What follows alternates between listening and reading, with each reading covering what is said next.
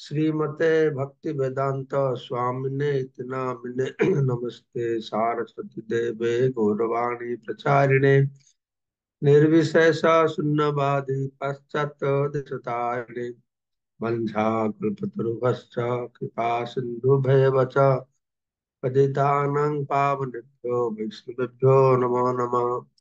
आजानुलंबित भुजौ कनकावदातो संकीर्तनैकपितरौ कमलायताक्षौ विश्वम्भरौ द्विजवरौ जुगधर्मपालौ वन्दे जगत्प्रियकरौ करुणावतारौ चिराददत निजगुप्तपीतं स्वप्रेम नामामृतमत्तुतारम् आपामरुजविततारं गौरकृष्णजनभ्यो तमहं प्रपद्ये आनन्दलीलामय विग्रहाय हेमावदिभ्यो च विसुन्दराय तस्मै महाप्रेम रस प्रदाय चैतन्य चंद्राय नमो नमस्ते। जय श्री कृष्ण चैतन्य प्रभु नित्यानंद श्री अद्वैत गदाधर श्रीवासादि श्री गौर भक्त वृंद।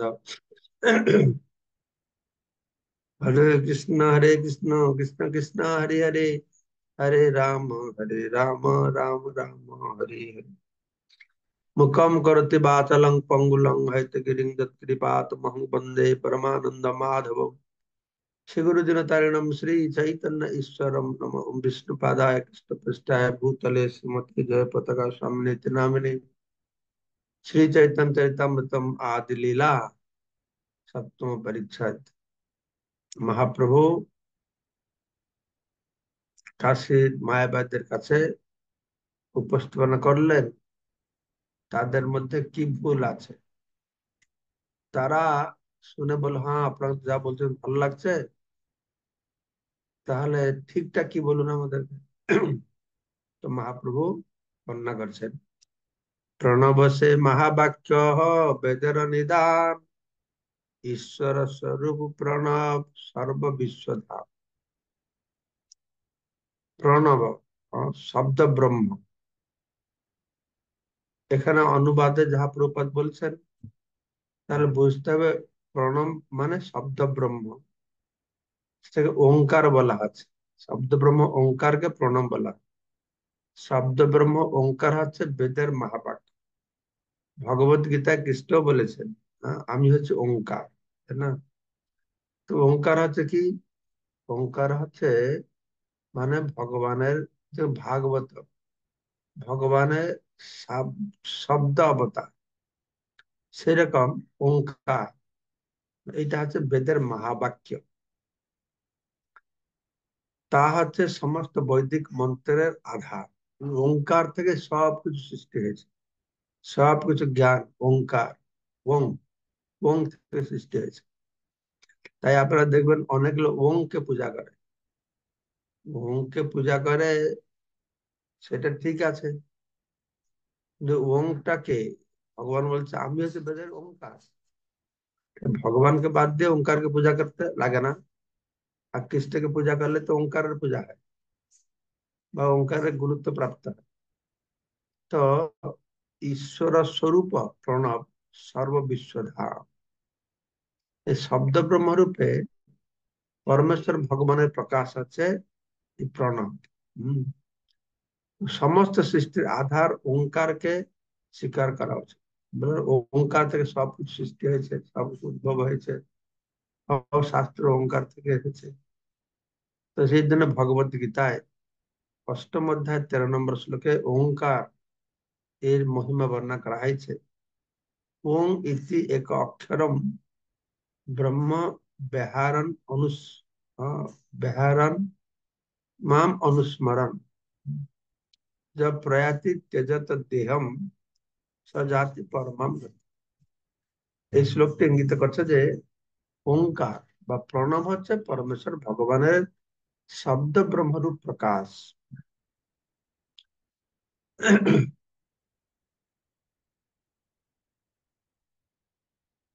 ওং ইত্য অক্ষরম ব্রহ্ম বিহারণ মাম অনুস্মরণ, যে দেহ ত্যাগ করবে সে পরম গতি লাভ করবে।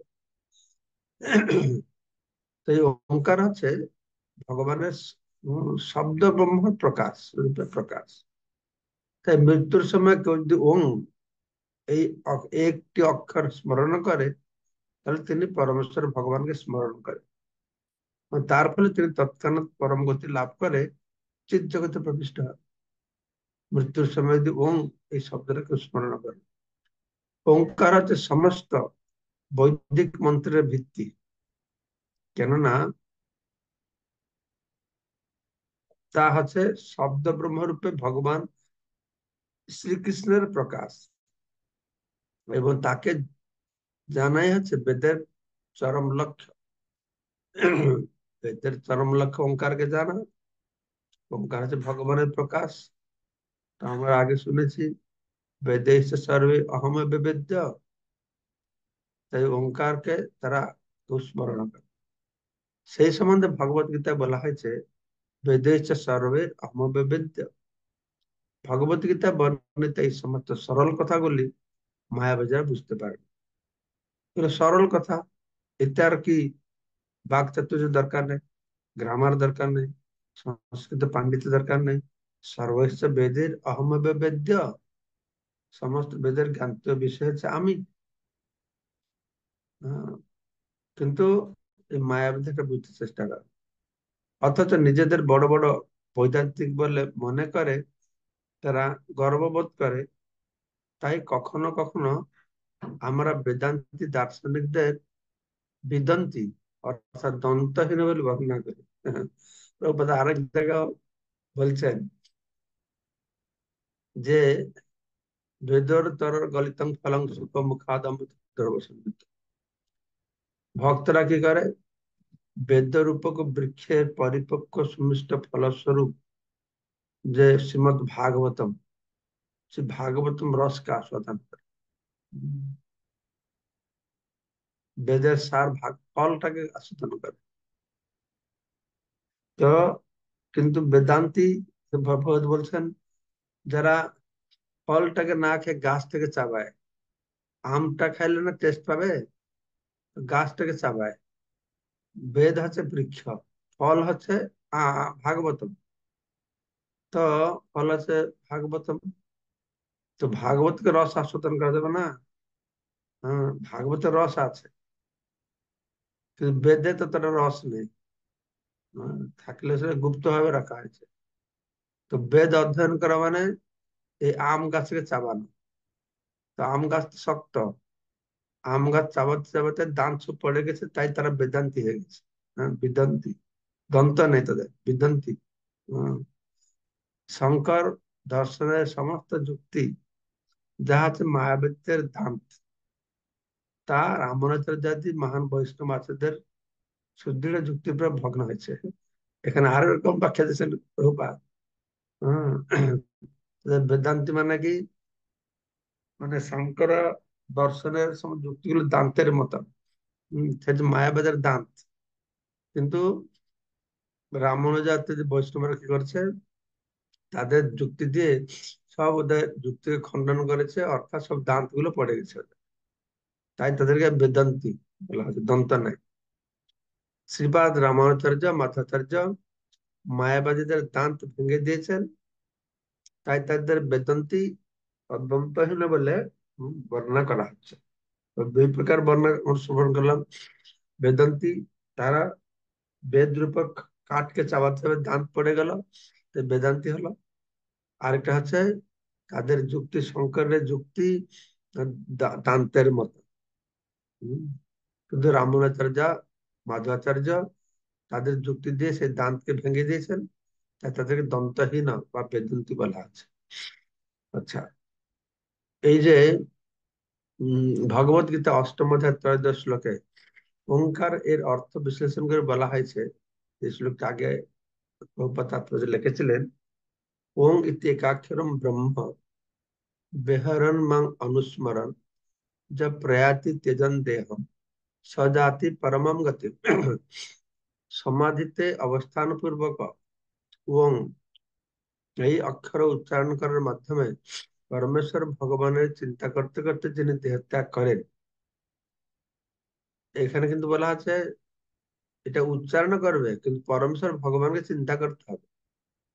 পরমেশ্বর ভগবানকে নাম মা আমাকে অনুস্মরণ করতে হবে। তিনি অবশ্যই পরম গতি লাভ করেন, অর্থাৎ ভগবত ধামে ফিরে যান। তো ওঙ্কার সঙ্গে সঙ্গে ভগবানকে স্মরণ করতে। কেউ যদি যথার্থে বুঝতে পারেন যে ওঙ্কার হচ্ছেন শব্দ ব্রহ্মরূপে পরমেশ্বর ভগবানের প্রকাশ, তাহলে তিনি ওঙ্কার উচ্চারণ করুন অথবা হরে কৃষ্ণ মন্ত্র কীর্তন করুন, তার ফলেই এক হবে। ওঙ্কার উচ্চারণ করার অধিকার সবাই নেই। জনসাধারণের সবাই ওঙ্কার, আজকাল তো সবাই ওঙ্কার করছে, বেদ পাঠ করছে, গায়ত্রী মন্ত্র করছে, আর লাউড স্পিকার দিয়ে গায়ত্রী মন্ত্র, ব্রহ্ম গায়ত্রী। আগে এটা ছিল না। ওঙ্কার ঠিকভাবে উচ্চারণ করতে হলে সেরকম অধিকার থাকা দরকার। তাছাড়া সাধনা রয়েছে, শুদ্ধতা রয়েছে, তারাই ওঙ্কারকে স্মরণ করতে পারে। তো কলিযুগে সেই শব্দ ব্রহ্মরূপে ভগবান এসেছেন হরে কৃষ্ণ মহামন্ত্র রূপে। তো ওঙ্কার এর অর্থ বিশ্লেষণ করে ভগবত গীতায় ব্রহ্মবধ্যায় সপ্তদশ শ্লোকে আরো বলা হয়েছে, পিতা অহম অস্য জগত মাতা ধাতা পিতামহ বেদ্যম পবিত্রম ওঙ্কার ঋক সাম যজুরেব চ। এখানে তিনি যে হচ্ছেন ওঙ্কার, এটা বললেন। হুম। আগের শ্লোকে বলা হলো দেহত্যাগের সময় ওঙ্কারকে উচ্চারণ করে যে আমাকে স্মরণ করে, মাম অনুস্মরণ, দেহত্যাগ করবে সে পরম গতি পাবে। আর এখানে বলছেন আমি হচ্ছে ওঙ্কার, আমি জগতের পিতা মাতা বিধাতা পিতামহ, আমি বেদ্য বেদ্যম। এখানে আট শ্লোকে বলে সর্বস্ব সর্বস্ব বেদম অহম বেদ্য, এখানে বলছেন বেদ্যম, আমি হচ্ছে বেদ্য, পবিত্রম পবিত্রকারী, এবং ওঙ্কার আমি ঋক সাম জুড়ে ঋক বেদ সাম আর যজুর। তেমনই ওঙ্কার সম্বন্ধে ভগবত গীতায় সপ্তদশ অধ্যায় ত্রয়োবিংশতি শ্লোকে আরো বলা হয়েছে। তিনটে শ্লোক বলা হলো। ওম তৎসদিতি নির্দেশ ব্রহ্মণস্ত্রিবিধ স্মৃত ব্রাহ্মণাস্তেন বেদাশ্চ যজ্ঞশ্চ বিহিতঃ পুরা। সৃষ্টির আদি ওম তৎসৎ, ওম তৎসৎ, এই তিনটি ব্রহ্ম নির্দেশক নাম বলে নির্দিষ্ট করা হয়েছে। বৈদিক মন্ত্র উচ্চারণের সময়, ভগবানের সন্তুষ্টি বিধানের জন্য যজ্ঞ অনুষ্ঠানের সময় ব্রাহ্মণতা উচ্চারণ করে ওম তৎসৎ। যাকে কিছু দিতে হয়, রজগুণের দান আছে, তমগুণের দান আছে, সত্যগুণের দান আছে, কিন্তু ওম তৎসৎ বললে এটা শুদ্ধ সত্য হয়ে যায়। এটা আমরা ওই অধ্যায় পাঠ করব। হম। ওম তৎসৎ যে অধ্যায় বিভিন্ন প্রকার যজ্ঞ দান ও তপস্যা রয়েছে না, এখানে আছে যে শেষে কি করতে হবে, এই ওম তৎসৎ যা কিছু কাউকে দেবে ওম তৎসৎ বলে তাকে দিতে হবে। তিন জায়গায় আমরা দেখলাম ভগবত গীতায় এই ওং শব্দটি ব্যবহার করা হয়েছে। তো এখানে মহাপ্রভু বলতে চাইছেন এই ওং হচ্ছে প্রণব, মহাবেদের মহাবাক্য। ঠিক আছে। সমস্ত বৈদিক শাস্ত্রে ওঙ্কার এর মহিমা বিশেষভাবে বর্ণিত রয়েছে। ছিল যুব গোস্বামী তার ভগবত সুন্দরে বলেছেন যে বৈদিক শাস্ত্রে ওঙ্কার হচ্ছে পরমেশ্বর ভগবানের দিব্য নাম। এই অপ্রাকৃত শব্দ তরঙ্গ উচ্চারণের ফলে ভববন্ধন থেকে মুক্ত হওয়া যায়। কখনো কখন ওঙ্কারকে তারক বা পবিত্রকারী বলা হয়, তারক মন্ত্র। যেমন আমরা বলছি হরে কৃষ্ণ তারক মন্ত্র, তারক মানে যে উদ্ধার করবে বা পবিত্র করবে, তাকে এখানে তারক বলা হয়। ভাগবত শুরুতে ওঙ্কার দিয়ে ওং নমো ভগবতে বাসুদেবায় বলা হলো। তো শ্রীপাদ শ্রীধর স্বামী ওঙ্কারকে তারাঙ্কুর বা জড় জগৎ থেকে মুক্তি লাভ করার বীজ বলে বর্ণনা করেছেন। তারাঙ্কুর মানে তারণ হওয়ার অঙ্কুর মানে এরকম তারাঙ্কুর। তারণ মানে উদ্ধার। হ্যাঁ। তারক মন্ত্র, যে তারণ তারিবে তারিবে নাকি উদ্ধার করে দেবে, তারাঙ্কুর বলেছেন। হ্যাঁ, এই ওঙ্কারকে। যেহেতু পরমেশ্বর ভগবান হচ্ছেন পরম তত্ত্ব, তাই তার পবিত্র নাম এবং শব্দ ব্রহ্ম ওঙ্কার তার থেকে অভিন্ন। আহ, পরম তত্ত্ব ব্রহ্ম, তার সঙ্গে যুক্ত যারা সবাই ব্রহ্ম, তাই না?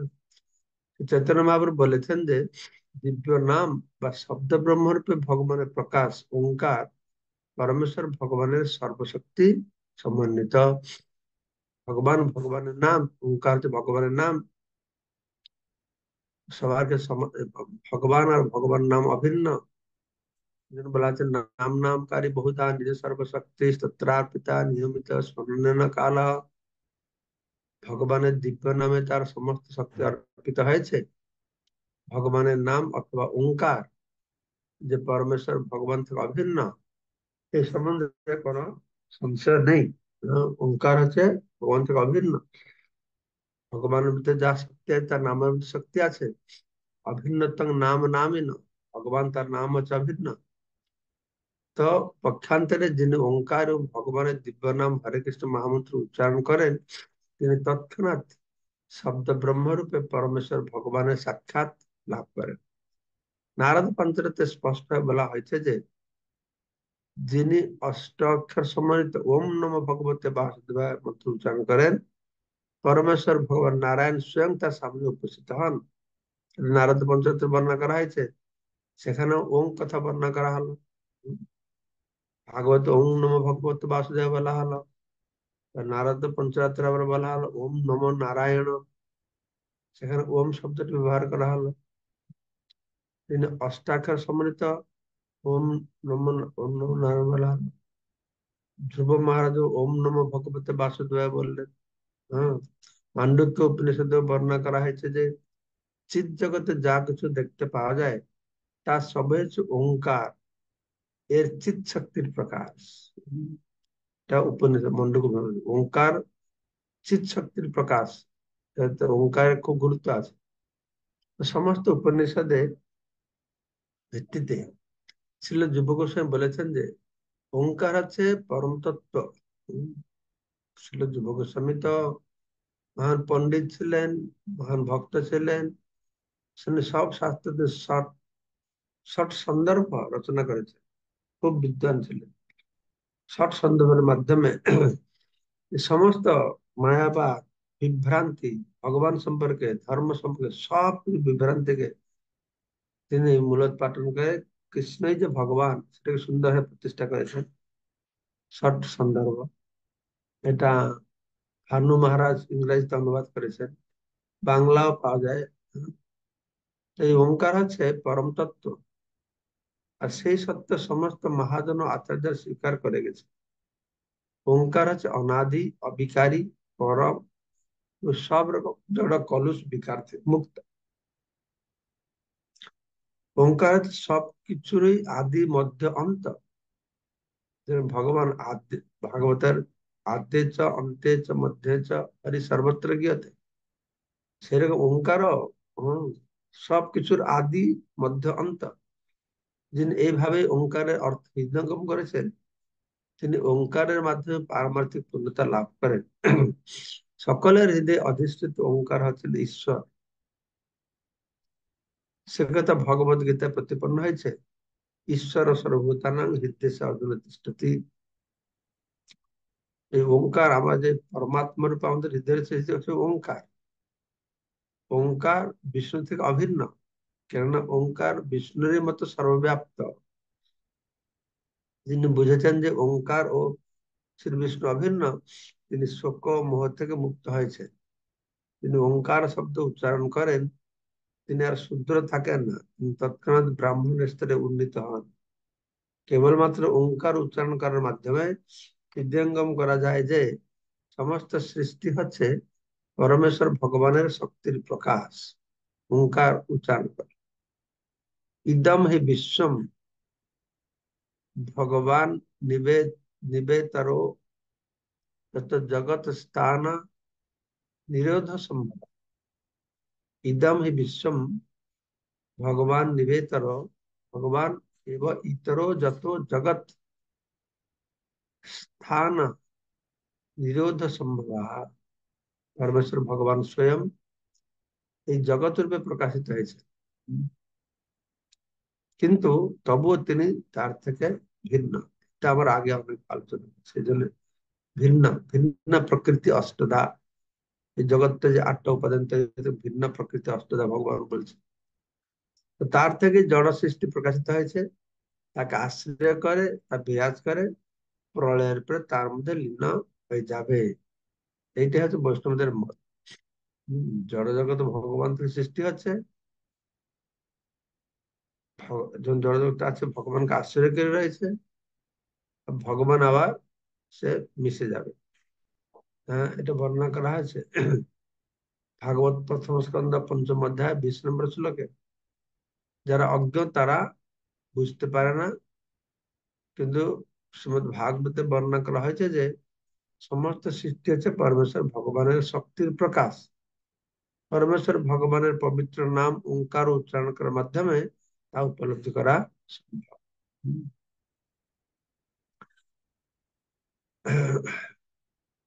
তা বলে মূর্খের মতো সিদ্ধান্ত করা উচিত নয় যে, এটা শুনুন ভালো করে, তার মধ্যে মূর্খের মতো সিদ্ধান্ত করা উচিত নয় যে পরমেশ্বর ভগবান যেহেতু সর্বশক্তিমান, তাই তাকে প্রকাশ করার জন্য আমার অ উ ম, যে ওং বলা হচ্ছে, এই অ উ ম, এই তিনটি অক্ষরের সমন্বয়ে তৈরি করেছে। হম পরমেশ্বর ভগবান যেহেতু সর্বশক্তিমান, তাই তাকে প্রকাশ করার জন্য আমরা অ উ ম এই তিনটি অক্ষরের সমন্বয়ে তৈরি করেছে। প্রকৃতপক্ষে অপ্রাকৃত শব্দ ব্রহ্ম ওঙ্কার যদিও অ উ ম এই তিনটি অক্ষরের সমন্বয়, তবুও তার চিন্ময় শক্তি সমন্বিত। যিনি এই ওঙ্কার উচ্চারণ করেন, তিনি অচিরে বুঝতে পারবেন যে ওঙ্কার এবং শ্রীকৃষ্ণ অভিন্ন, এটা চিন্ময়। এটাকেও সাধারণ মানুষ এটা তৈরি করে না। এটা হচ্ছে ওঙ্কার জপ করলে সে বুঝতে পারে যে ওঙ্কার হচ্ছে কৃষ্ণ থেকে অভিন্ন, বিষ্ণু থেকে অভিন্ন। শ্রীকৃষ্ণ ঘোষণা করেছেন প্রণব সর্ববেদেষু, সমস্ত বৈদিক মন্ত্রের মধ্যে আমি হচ্ছে প্রণব। তিনি ওঙ্কার বলেছেন, আমি হচ্ছে শিবং, একাক্ষর, আর আমি প্রণব, প্রণব মানে ওঙ্কার। গীতা সপ্তম অধ্যায় অষ্টম শ্লোকে। তাই বুঝতে হবে যে ভগবানের অসংখ্য অবতারের মধ্যে ওঙ্কার হচ্ছে শব্দ ব্রহ্মরূপে তার একটি অবতার। তার একটা স্বরূপ ওঙ্কার। সেই কথা সমস্ত বেদে স্বীকার করা হয়েছে। সর্বদাই মনে রাখতে হবে যে ভগবানের দিব্য নাম এবং ভগবান স্বয়ং অভিন্ন, অভিন্নতম নাম নামিন্ন। যেহেতু ওঙ্কার যে সমস্ত বৈদিক জ্ঞানের মূল তত্ত্ব, তাই বৈদিক মন্ত্র উচ্চারণ করার পূর্বে ওঙ্কার উচ্চারণ করা হয়। যেহেতু ওঙ্কার হচ্ছে সমস্ত বৈদিক জ্ঞানের মূল তত্ত্ব, এই বৈদিক মন্ত্র উচ্চারণ করার পূর্বে ওঙ্কার উচ্চারণ করা হয়। ওঙ্কার ব্যতীত কোনো বৈদিক মন্ত্র সফল হয় না। তাই গোস্বামীরা ঘোষণা করে গিয়েছেন যে প্রণব হচ্ছেন পরমেশ্বর ভগবানের পূর্ণ প্রকাশ। এবং তারা আক্ষরিক ভাবে ওঙ্কার এর বিশ্লেষণ করেছেন। এই ওঙ্কারকে প্রণব বলে, ঠিক আছে।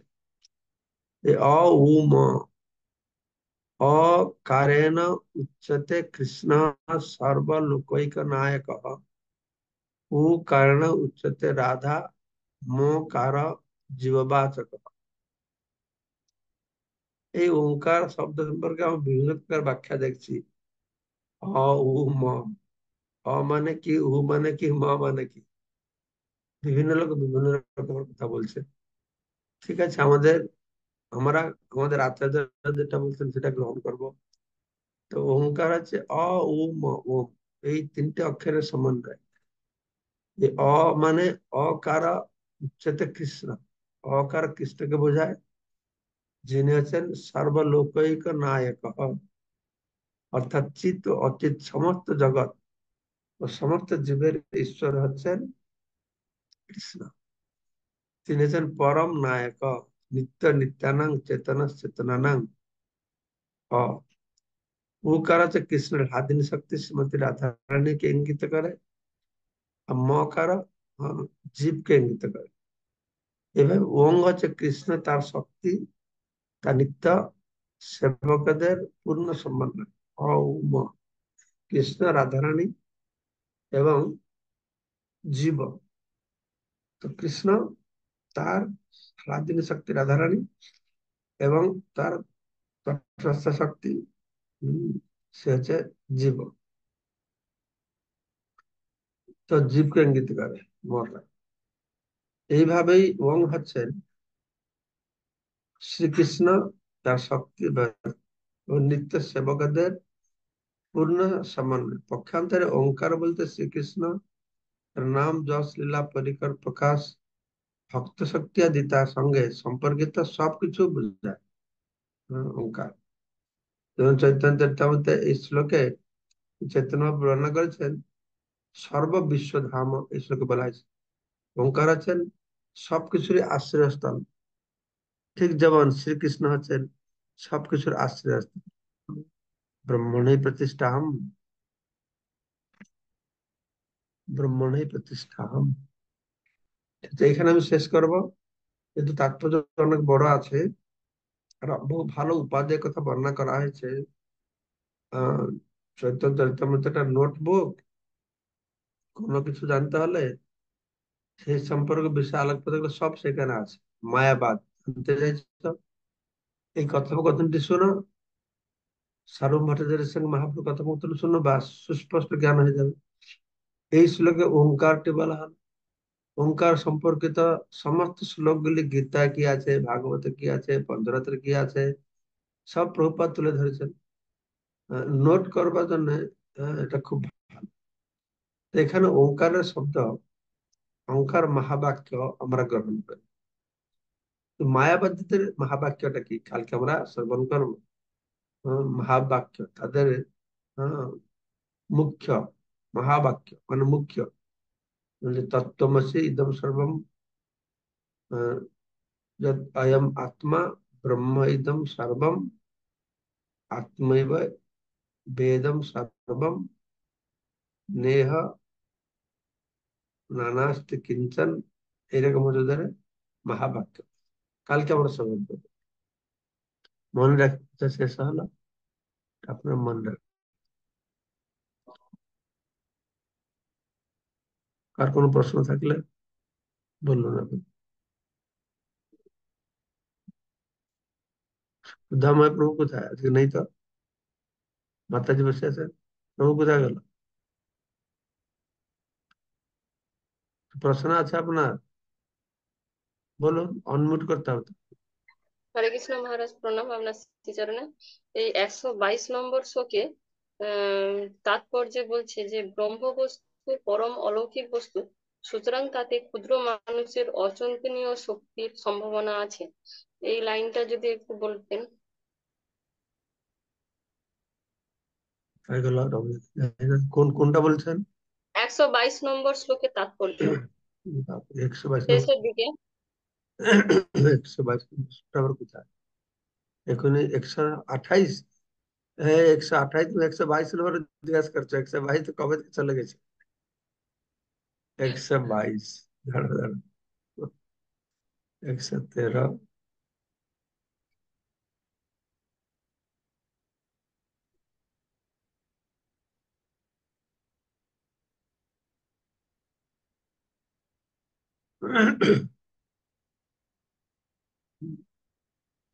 একশো বাইশ নম্বরের শেষে, তাৎপর্যের শেষে।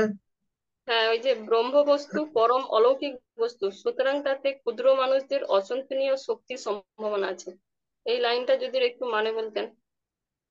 আচ্ছা, সেই বিষয়ে বস্তুতে যদি এইরকম অচিন্ত্য শক্তি থাকে, তাহলে পরমেশ্বর ভগবানের মধ্যে যে তার থেকে অনন্ত গুণ বিশিষ্ট একটি অচিন্ত্য শক্তি আছে, তাতে বিস্ময়ের কি আছে? এটা না, না, এটা ওটা নয়। নয়, ওই যে ব্রহ্ম বস্তু পরম অলৌকিক বস্তু, হ্যাঁ, পেয়েছি পেয়েছি সুতরাং তাতে ক্ষুদ্র। পেয়েছি পেয়েছি পেয়েছি। ব্রহ্ম বস্তু পরম অলৌকিক বস্তু, সুতরাং তাতে ক্ষুদ্র মানুষদের অচিন্তনীয় শক্তির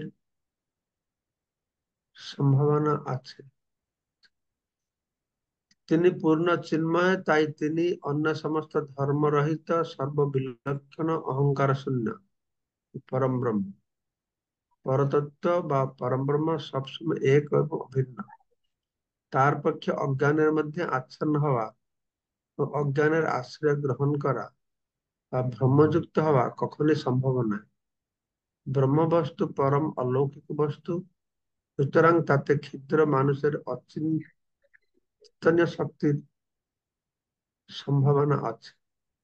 প্রাকৃত চিন্তামণি প্রভৃতি বস্তুতে যখন অলৌকিক শক্তি রয়েছে, তখন ব্রহ্মের অলৌকিক শক্তি নিশ্চয়ই স্বীকার্য। তো ব্যাপার আছে, এখানে বলতে চাইছে চিন্তামণি এটা একটা জড় জগতের জিনিস। চিন্তামণি তারা অলৌকিক জিনিস হতে পারছে। অলৌকিকের অচিন্তনীয় অলৌকিক জিনিস মানে এটা চিন্তামণিকে স্পর্শ করালে সেটা শোনা হয়ে যাচ্ছে। হুম। কথা, ক্ষুদ্র মানুষ অচিন্তনীয় শক্তির সম্ভব, ক্ষুদ্র মানুষের অচিন্তনীয় শক্তি আছে, অলৌকিক শক্তি আছে। যদি ক্ষুদ্র মানুষের থাকতে পারবে, আর ব্রহ্ম বস্তু থাকবে না কি করে? তো প্রাকৃত চিন্তামণি প্রভৃতি বস্তু যখন অলৌকিক শক্তি আছে, তখন ব্রহ্মের অলৌকিক শক্তি স্বীকার্য করা যাবে। তো ব্রহ্ম বস্তু হচ্ছে পরম অলৌকিক। হুম, সে অচিন্তনীয় শক্তি রয়েছে। তো মানুষের, সুতরাং তাদের ক্ষুদ্র মানুষদের অচিন্তনীয় শক্তির সম্ভাবনা রয়েছে। তো ব্রহ্ম বস্তু অলৌকিক রয়েছে, অচিন্তনীয়। ক্ষুদ্র মানুষ কিন্তু ব্রহ্মের অংশ আছে। যেমন ব্রহ্ম নিত্য, জীব নিত্য। ব্রহ্ম হচ্ছে চিন্ময়, জীব চিন্ময়।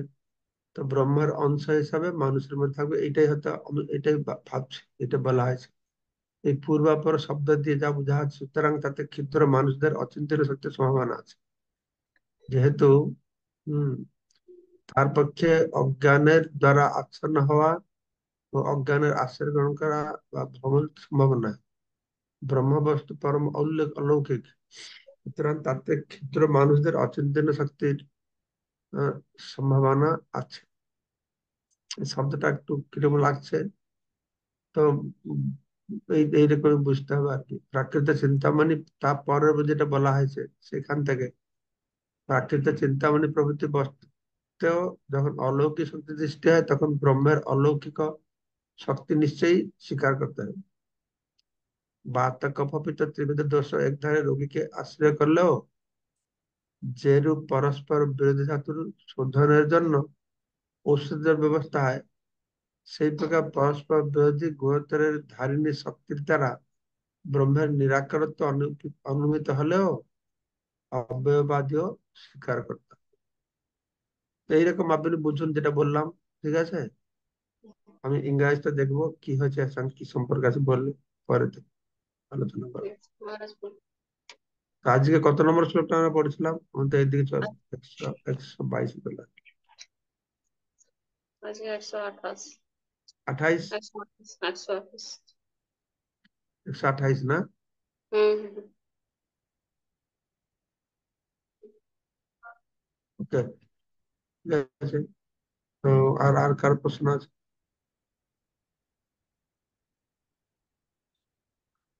আচ্ছা, পিয়াল প্রভু বলুন কি বলছে।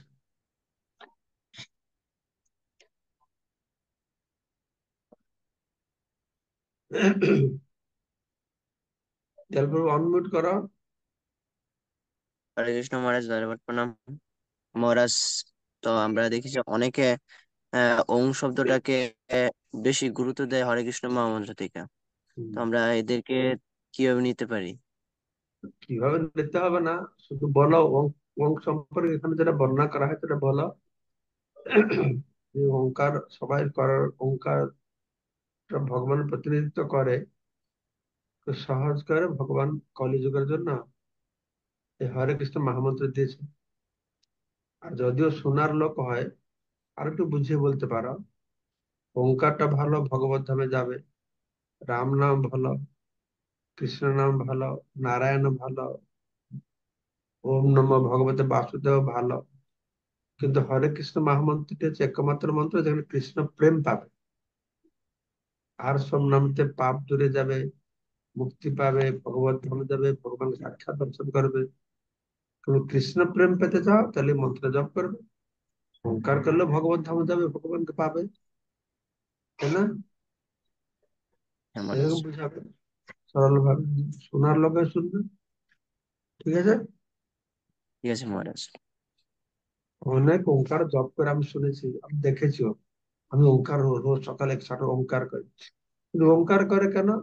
ওং ওং, একটু ওদের মনে হয় ওরা যেন মনে ঋষি হয়ে গেল, একটা ভাব আসে, মনে একটু শান্তি আসে, ফ্রেশ লাগে, এটাই লক্ষ্য। কিন্তু ওঙ্কার যে বিষ্ণু, সেই বা ওঙ্কার যে কৃষ্ণ থেকে অভিন্ন, সেই বুঝে তো কেউ ওঙ্কার করে? কেউ করে না। না, তারা করে একটু ওঙ্কারটা একটু ফ্যাসিনেটেড, এটাই আর কি। জীবাশ্রয় প্রভু, জীবাশ্রয় প্রভু। হ্যাঁ, ধন্যবাদ প্রণাম মহারাজ। আপনার আজকে খুব সুন্দর আলোচনার জন্য আপনার ধন্যবাদ প্রণাম মহারাজ। ওই ওম এবং ওম তৎসৎ, ওম তৎসতের শব্দটা যদি একটু আরেকবার একটু তাৎপর্য যদি বুঝিয়ে বলেন মহারাজ। ওম তৎসৎ আমরা যে বলি। এই ওং তৎসৎটা মনে হয় ওই অধ্যায় তার ব্যাখ্যা দেওয়া হয়েছে যে কিভাবে ওম, এক অর্থে ওম শব্দটা কি, তৎ শব্দটা কি, সৎ শব্দটা কি, 3টে শ্লোকে ভগবত গীতায় এটা বর্ণনা করা হয়েছে। ওম তৎসৎ মানে, আমি স্পেকুলেশন করে বলছি, তৎসৎ সেটাই সত্য।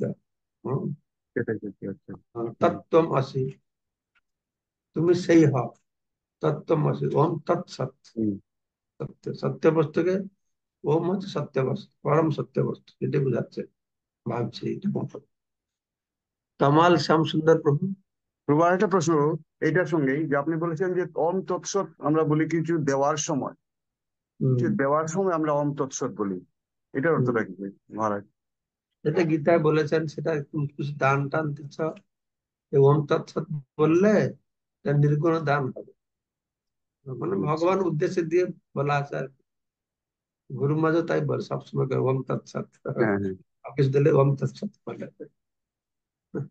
ঠিক আছে মহারাজ, হয়ে গেছে। ধন্যবাদ প্রণাম মহারাজ। নেক্সট কে বলবেন? ভ্রুনেশ গৌর।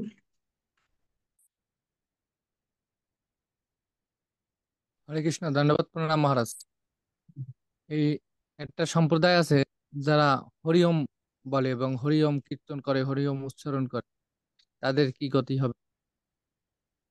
সবাই ভালো করতে হবে, যে যা করতে ভালো করতে হবে, কিন্তু কতটা ভালো হবে, কোথায় যাবে, সেটা হলো কথা। তার সে হরিওমটা মানছে, হরিকে তো ডাকছে, ওমকে ডাকছে, কিছুটা ফল পাবে। ঠিক আছে, কিন্তু হরিকে জেনে, ওম কি, ওম যে বিষ্ণু, হরি যে বিষ্ণু, বিষ্ণু যে ভগবান কৃষ্ণের প্রকাশ, এ সব জেনে করলে কিছুটা দৃঢ় হবে, না জানলে করলেও কিছু ফল পাবে। বুঝতে পারছেন? মহারাজ, এই জায়গায় বলা হয়েছে ওম এবং হরে কৃষ্ণ মহামন্ত্র এর ফল একই। তাহলে আমরা তো হরে কৃষ্ণ মহামন্ত্র উচ্চারণ করি, আমরা তো এরকম আলাদাভাবে ওম উচ্চারণ করি না। ওম দরকার ওম হলো উচ্চারণ করা একটু সহজসাধ্য না? সহজ সাধ্য। এই ওম সহজসাধ্য আমরা ওমটা কেন হরে তাড়াতাড়ি কৃষ্ণ হয় নাকি একটা অক্ষরে? যে অত বড় অক্ষর, 16 অক্ষর না বলে একটা অক্ষরে দিলে সস্তা তাড়াতাড়ি হয়ে যাবে নাকি, এই জন্য বলছো? হ্যাঁ, হ্যাঁ, হ্যাঁ। ওম ওম করলে 16 মালাটা তাড়াতাড়ি হয়ে যাবে। এই হরে কৃষ্ণ করে 16 মালা অনেক সময় লাগে, এই জন্য বলছো সস্তা হবে বলে নাকি? এইরকমই কলিযুগের সহজ পন্থা আমাদের অবলম্বন করা উচিত, কিন্তু ওই সহজটা, আমরা কেন এত, ফল যদি একই হয় তাহলে হরে কৃষ্ণ মহামন্ত্র কেন জপ করবো? তাই না? ফল একই, এক মানে তোমার ঊর্ধ্বগতি হবে, কিন্তু সেই ওঙ্কারটার সঙ্গে সঙ্গে ভগবান কৃষ্ণকে স্মরণ করতে হবে, তাহলে তুমি ভগবত ধামে যাবে। কিন্তু আমি বললাম না, ওঙ্কার করো, রাম রাম করো, ওম নমো ভগবতে বাসুদেবায় করো, ওম নমো নারায়ণ করো, যা করো, কৃষ্ণ প্রেমটা তার দ্বারা পাওয়া যাবে। হ্যাঁ কি না? হুম। কৃষ্ণ প্রেম পেতে হলে এই হরে কৃষ্ণ মহামন্ত্রটি কীর্তন করতে হবে। তাকে বলা হচ্ছে ওঙ্কার, যা হরে কৃষ্ণ মন্ত্র, তা মানে কি, এই দুটোই ভগবানের শাব্দিক প্রতিনিধিত্ব করছে। ভগবানের নাম হচ্ছে অভিন্ন, ওঙ্কার হচ্ছে ভগবানের এক শব্দ প্রতিনিধি, অভিন্নতম নাম নামিন। সেই হিসাবে নাম নামকারী বহুধা নিজ সর্বশক্তি, প্রতিটি নামের মধ্যে পূর্ণ শক্তি আমি আধান করেছি। সেই হিসাবে ওঙ্কার আর হরে কৃষ্ণ মহামন্ত্র এক। আরেকটা বললাম কলিযুগের জন্য, মানুষের জন্য ওঙ্কারটা, এখানে প্রভুপাদ বলেননি, না শুনেছি ওঙ্কারটা সবার জন্য উচ্চারণ করার জন্য উদ্দিষ্ট নয়, সেটা একটা বলতে পারো। ওঙ্কার বা গায়ত্রী যেরকম, গায়ত্রীর মতো সবার জন্য উদ্দিষ্ট নয়, যোগ্য ব্যক্তি ওঙ্কার উচ্চারণ করতে পারে।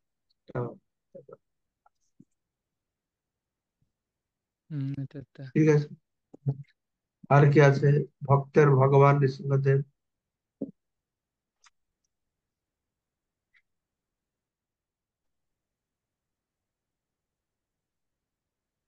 হরে কৃষ্ণ, ধন্যবাদ প্রণাম মহারাজ। মহারাজ, তো এই ওং শব্দের উৎপত্তিটা কোথা থেকে?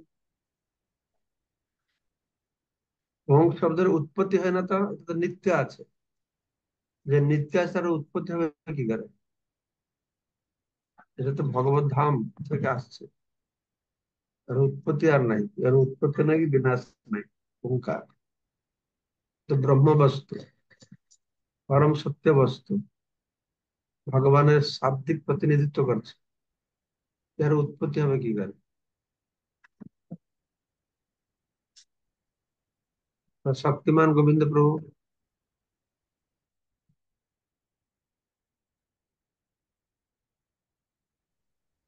মহারাজ, আপনার শিষ্যের দণ্ডবত প্রণাম।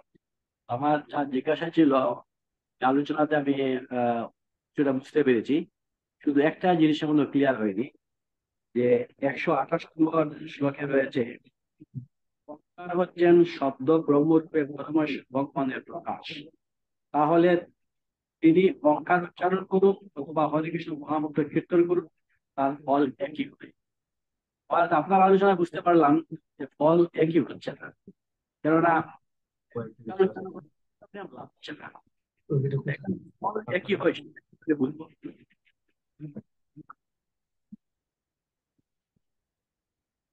গাড়িতে রেখে দিয়েছি। হ্যাঁ ঠিক আছে তাহলে, ওঙ্কার করলে দিব্য ফল পাওয়া যাবে, ওঙ্কার দিয়ে ভববন্ধন থেকে মুক্তি পাবে, ভগবত ধাম পাবে। ঠিক আছে, এই জন্য কি ফল বলা হচ্ছে। নেক্সট, মঙ্গলময় প্রভু। ঠিক আছে, ধন্যবাদ প্রণাম মহারাজ। মহারাজ, ধন্যবাদ প্রণাম মহারাজ। মাইক্রোফোনটা বাইরে করুন, ভালো করে শোনা যাবে যেন। হ্যাঁ হ্যাঁ মহারাজ, আমি আজকে শ্রবণ করেছিলাম যে হরে কৃষ্ণ মহামন্ত্রের মধ্যে ওমকার রয়েছে, যে ওমকারের মধ্যে হরে কৃষ্ণ মহামন্ত্র নেই। যখন ওই ভক্তি বৈভব কোর্সগুলো করছিলাম তখন, কিন্তু এখানে আহ গোস্বামীরা ঘোষণা করেছেন যে অ শব্দ হচ্ছে কৃষ্ণ, হর্ষ শব্দ অর্থ হচ্ছে গিয়ে হলাদিনী শক্তি রাধারানী, আর মকার হচ্ছে গিয়ে জীব। তাহলে মহারাজ এখন তাহলে, আর তাহলে কি মহারাজ এই আহ, তাহলে এখানে সব রইলো, তাহলে রাম শব্দটা রইলো না। তাহলে কি মহারাজ ওইটাই ধরবো যে হরে কৃষ্ণ মহামন্ত্রের মধ্যে ওমকার রয়েছে, ওমকারের মধ্যে হরে কৃষ্ণ মহামন্ত্র নেই? মটা নেই বলে এই যে রাম শব্দটা নেই যে রাম মহারাজ। শব্দ না, না আমার মনে নেই। রাম, রাম শব্দ তাহলে কি এটা এক্সট্রা বেশি হয়ে গেছে, এখন বাইরে লাগতাম, কম নেব আমি। না না, সেটার জন্য না, সেটার জন্য নয়। ও মা কৃষ্ণ রাধা জীব সব আছে, কিন্তু সব মধ্যে সবকিছু আছে, তো সব একই প্রভাব দেয় না, সবার মধ্যে একটি শক্তির বিকাশ নেই। যেরকম যেরকম মৎস্য অবতারে সেও পরমব্রহ্ম ভগবান, কৃষ্ণ অবতারে সেও পরমব্রহ্ম ভগবান, তো দুটোর মধ্যে পরমব্রহ্ম পূর্ণ শক্তিমান, কিন্তু পূর্ণ শক্তির অভিব্যক্তি বা প্রকাশ নেই, বা সেই হবে। এটা মৎস্য অবতার লীলা, এটা কৃষ্ণ রামলীলা কি হবে? না, হ্যাঁ প্রকাশ কি না? ভিন্ন। কিন্তু দুটোই তো পরমব্রহ্ম না নাই? হ্যাঁ, দুটোই পরম ব্রহ্ম, কিন্তু প্রকাশটা ভিন্ন। এইরকম। ঠিক আছে, সুভাষিনী মাতাজি বলো। বৈচিত্র্য ভিন্ন। সুভাষিনী মাতাজি কি বলছেন? হরে কৃষ্ণ, ধন্যবাদ, প্রণাম মহারাজ, আপনার শ্রী চরণে অমৃতময় ক্লাসের জন্য ধন্যবাদ মহারাজ। মঙ্গলময় প্রভু আমার প্রশ্নটা বলে দিয়েছেন, আপনি উত্তরও দিয়েছেন সুন্দর। মহারাজ, একটু জানার বিষয় যে কেউ যদি প্রশ্ন করে যে আমাদের উচিত যে হরে কৃষ্ণ মহামন্ত্র উচ্চারণ করার আগে আমাদের ওম বলে নেওয়া উচিত, তাহলে আমরা কি উত্তরে বলতে পারি যে হরে কৃষ্ণ মহামন্ত্রের ভিতরেই তো ওম শব্দ আছে, তাহলে আর বলার প্রয়োজন কি আছে মহারাজ? হরে কৃষ্ণ। হ্যাঁ, বলতে পারেন, কিন্তু আমি দেখছি কেউ কেউ আবার আমাদের আগে ওম হরে কৃষ্ণ যজ্ঞ টজ্ঞ সবাই এরকম বলে দেখছি। ওম ওম বৃন্দায় তুলসীদেবায় প্রিয়ায় কেশব সা এরকম বলে, ওম হরে কৃষ্ণ এরকম বলে। আমরা বুঝলে হবে ওঙ্কার আমাদের মহাপ্রভু বলেছেন হরে কৃষ্ণ মহামন্ত্র করলে ইহা হয়তো সর্বসিদ্ধি হবে তোমার, বাস ফিনিশ। অত বিভ্রান্তির মধ্যে না গিয়ে হলো মহাপ্রভু বলেছেন গুরু মেরে মুখ থেকে করিল শাসন, তোমার বেদান্ত অধিকার নেই, হ্যাঁ তুমি হরে কৃষ্ণ মহামন্ত্র করো। আর কোথাও ইয়ে না, ইহা জব সর্বজ্ঞা করিয়া নির্বন্ধ, ইহা হয়তো সর্বসিদ্ধি হবে তোমার, বাস। হরে কৃষ্ণ মহামন্ত্র করলে আমাদের সব সিদ্ধি পাবো, বাস হয়ে গেল, আর কোথাও মন দেওয়া দরকার নেই। ঠিক আছে, তাহলে সবাইকে অশেষ ধন্যবাদ। আর খুব ভালো যে আপনারা ধন্যবাদ ভালো মহারাজ, খুঁটে কোটি খুঁটে কোটি প্রণাম আপনার শ্রী চরণে। ধন্যবাদ, আপনারা সবাই খুঁটে খুঁটে পড়ছেন, অনেক প্রশ্ন আসছে, সব প্রশ্নের উত্তর আমরা এখন না পেলেও কখনো কখনো পাবো, ভালো হবে। তো ওটা খুব ভালো জিনিস। এরকম বিশ্লেষণ করে শাস্ত্র অধ্যয়ন করলে জিনিসটার উপলব্ধি হবে আর আমাদের বুদ্ধির বিকাশ হবে। তো সবাইকে অশেষ ধন্যবাদ। বাঞ্ছা কল্পতরুভ্যশ্চ কৃপা সিন্ধুভ্যেব কল্পতরুভাষিত কৃপা সিন্ধুভ্যেব জয় পতিতানাং পাবনাভ্যো জগন্নাথ বৈষ্ণবেভ্যো নমো নমঃ। হরে কৃষ্ণ। মহারাজ